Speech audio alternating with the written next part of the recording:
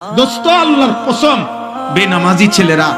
এই আব্বা তোদের প্রত্যেককে বলি বাপ, আল্লাহর কসম তোদের নামাজ পড়তে মন চাইবে রে বাপ, সেজদা দিতে মন চাইবে, সেজদা দিতে মন চাইবে আব্বা। হাসরের ময়দানে হলো সেদিন মন চাইবে খুব, আল্লাহ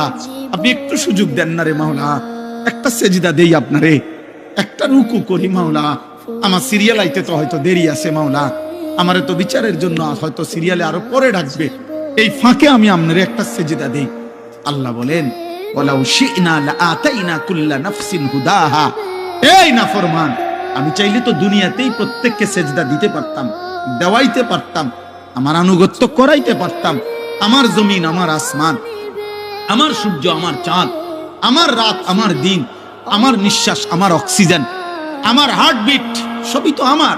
আমি চাইলে পারতাম বান্দা, আমি তো বাধ্য করে আনুগত্য নিতে পারতাম, কিন্তু যদি বাধ্য করেই নিতাম তো পুরস্কার দেব কেন?